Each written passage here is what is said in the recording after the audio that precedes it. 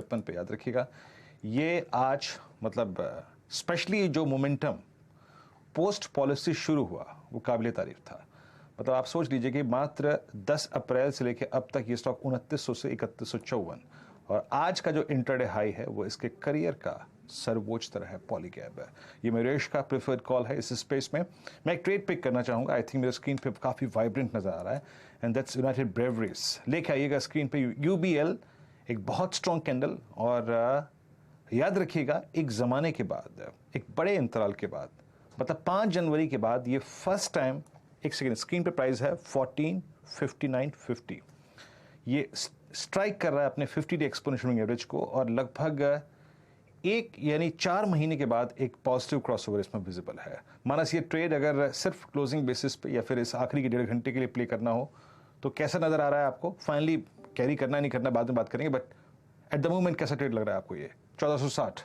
जी, तो देखिए वीरेंद्र जी, सबसे पहला प्रेफरेंस आज मेरा UBL ही था। जब मैं 2 बजे पे एक रिकमेंडेशन दे रहा था मेरे को, तो फर्स्ट प्रेफरेंस UBL था, लेकिन उसके ऑप्शन लिक्विड नहीं थे, इसलिए मैंने थोड़ा सा चेंज करके वेदांता में चला गया। बट UBL बहुत ही बेहतरीन लग रहा है, फ्रेश ब्रेकआउट है, करंट लेवल्स पे खरीदारी करनी है, 50 डे मूविंग एवरेज काफी समय के बाद ब्रीच हो रहा है। बिल्कुल करंट लेवल्स पे खरीदारी करनी चाहिए। स्टॉप लॉसेस 1444 के आपको लगाने हैं और 1490 से लेकर 1500 तक के भाव आपको UBL में देखने को मिल सकते हैं। ये दोनों ही कैश लेवल्स है। ओके, देखिए अब निफ्टी ने फ्रेश इंटरडे हाई लगाया हर्षदा फिर से 17800 की फिर तैयारी हो रही है। 17802 वो जो रेजिस्टेंस है 17794 इस समय।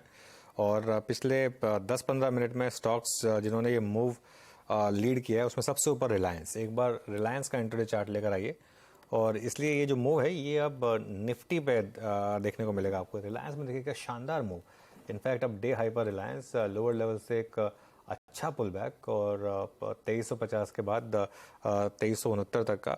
उसके अलावा HDFC ट्विंस हालांकि रेड में है लेकिन लोअर लेवल से HDFC ट्विंस में रिकवरी, इन स्टॉक्स ने थोड़ा सा लीड किया, लेकिन असली मूव जो है वो रिलायंस में है और यही एक कारण है जो इस तरीके का मूव आपको यहाँ पर देखने को मिला। गाबा सर, रिलायंस पर एक चार्ट चेक हो जाए। लोअर लेवल से अच्छी रिकवरी दिखा चुका है स्टॉक और अब यहाँ पर क्या व्यू बनेगा? एक्चुअली रिलायंस बाय मोड पर है। Good afternoon to you. 2369 पर ट्रेड कर रहा है। मुझे लगता है नेक्स्ट लॉजिकल टेक्निकल टारगेट 2400 के बना सकता है। हो सकता है आज कल में आ जाए, लेकिन यस बाय मोड पर है। स्टॉप लगेगा 2355 का। बस आई थिंक लेना चाहिए। एग्रेसिव ट्रेड है, लेना चाहिए। बाय मोड पर है। बाय मोड पर रिलायंस इंडस्ट्रीज। नतीजों के बाद कल शांत था लेकिन आज ये पिकअप देखने को मिल रहा है और अक्रॉस द बोर्ड हमने देखा है ब्रोकरेजेस का थम्स अप आता हुआ, O2C बिजनेस में जो थ्रस्ट देखने को मिला, जो रिटेल का फुटप्रिंट बढ़ता हुआ दिखाई दे रहा है। लेकिन आपके लिए सलाह यही है कि अगर आप रिलायंस इंडस्ट्रीज में ट्रेड लेना चाहते हैं, एक इंडिपेंडेंट एडवाइजर से भी बात करें, क्योंकि जो आप चैनल देख रहे हैं ये नेटवर्क 18 का हिस्सा है जिसका स्वामित्व प्रबंधन रिलायंस इंडस्ट्रीज के हाथ में। तो एक इंडिपेंडेंट एडवाइजर से भी आप राय जरूर लें। अच्छा, एक स्टॉक वायदे में जो टॉप ट्रेडेड कैटेगरी में इस समय शामिल है वो है ABB। 4% के गेन्स देखने को मिल रहे हैं। लगभग 47 से 50% का रोल ओवर देखने को मिला है। रोल ओवर की पोजीशंस आई एम गेसिंग आगे इंप्रूव होंगी, लेकिन यहाँ पर मैं एक डेवलपमेंट पढ़ रही थी कि कंपनी जो इनकी पेरेंट है ABB, उन्होंने ग्लोबल आउटलुक दिया और वहां पर उन्होंने साफ कहा है कि ऑर्डर एक्टिविटी भारत में काफी ज्यादा बढ़ गई है। इनफैक्ट 46% का इजाफा साल दर साल देखने को मिला है, जिसके चलते ओवरऑल उनको लग रहा है कि गाइडेंस बेहतर होगा और 2023 का जो इन्होंने गाइडेंस दिया है, जो पहले 5% एक्सपेक्ट कर रहे थे रेवेन्यू ग्रोथ, उसे बढ़ाकर 10% किया। ये ABB की पेरेंट कंपनी है, उसका कुछ रिफ्लेक्शन आज ABB इंडिया में भी देखने को मिल रहा है क्योंकि वहां का काफी ज्यादा यहाँ पर इस कंपनी का प्रोडक्ट जो भी परफॉर्मेंस होता है उनके नंबर्स में रिफ्लेक्ट भी करता है। मयूरेश, ABB ये रेवेन्यू ग्रोथ गाइडेंस जो 5% बढ़ाया गया है उसको कैसे आप एक्सट्रापोलेट करेंगे? भारतीय एंटिटी क्या डिलीवर करती हुई दिखाई देगी? So I think the growth should be exponential, Harshada ji. This has been one of my favorite stocks for a long time. और हमें लगता है जो recent order wins ABB को मिले हैं, revenue visibility इतनी ज्यादा बढ़ गई है अगले 3 से 4 वर्षों के लिए कि I think top line growth में कोई I think जो एक पहले डाउट था उसमें किसी को भी डाउट नहीं होना चाहिए। दूसरा I think जो execution capabilities हैं over the past few quarters have improved quite significantly.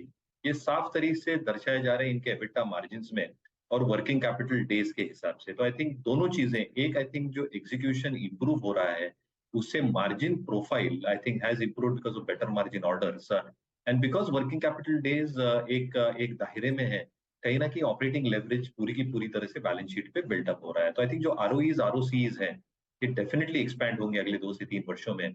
Argument against that can only be कि एग्जीक्यूशन स्लो हो और valuations which are on the higher side, but मुझे लगता है अगर अर्निंग्स ट्रेजेक्टरी मेंटेन हो तो ईयर ऑन ईयर बेसिस पे आई थिंक 15 से 20% अर्निंग्स ग्रोथ आना कोई मुश्किल बात नहीं एबीबी के लिए। तो I think ABB, Siemens, LNT should continue doing. Actually बात एलएनटी की हुई तो उसका चार्ट लेकर आइए, क्योंकि अब वो 17,802 के लेवल पर निफ्टी एग्जैक्ट 17,802 और last push Larsen and Toubro, तो Larsen and Toubro plus Reliance इन दो स्टॉक्स ने कंट्रीब्यूट किया। प्लस आज देखिए टीसीएस भी थोड़ा जोश में एक्चुअली टीसीएस ने इतना खराब किया नहीं है इस महीने। अगर आप देखें टीसीएस तो अब ऑलमोस्ट फ्लैट हो गया टीसीएस इस महीने, जबकि इन्फोसिस इस महीने 14% गिरा है। एक बहुत बड़ा डाइवर्जेंस ओपन हुआ बिटवीन टीसीएस एंड इन्फोसिस।